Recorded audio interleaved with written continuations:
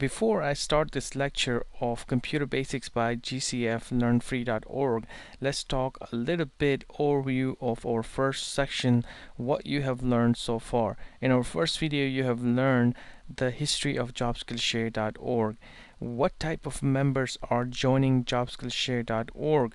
These are students, these are people who are changing careers, and people who are coming to different countries and want to learn IT skills quickly so they can apply to jobs. What is our training format? We have given this in this video where you can follow the sections over here, and then you will be taken step by step of what type of skills you already have. If you have better skills, then you jump into more advanced courses. If you don't, we give you resources. And in the bottom of this same section, we have given some data and also some real world information, like what kind of education is required. Then we went down, showed you some examples and how we search for jobs in the real world now, what people are putting it there as a job requirements. And then in the job requirements, are these covered all over the certification? Some are covered, some are not covered.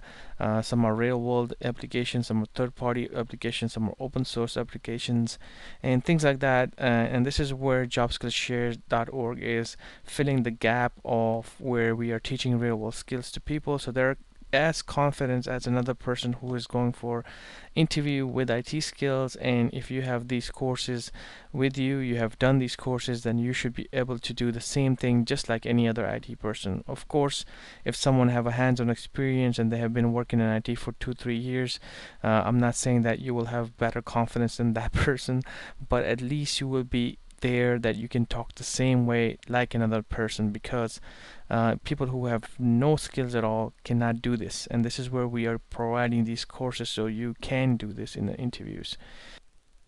Okay, let's get started with Computer Basics by gcflearnfree.org.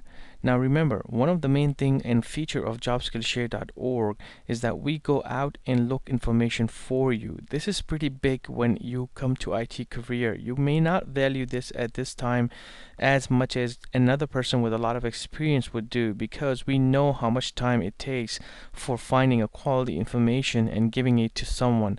Just like we are sharing all this information to you and it is benefiting you, it is the same in IT career, that when someone share information with you, take this as a gold or even energy. This is your energy that you're going to waste so much time just to find mini and small information to build up your career.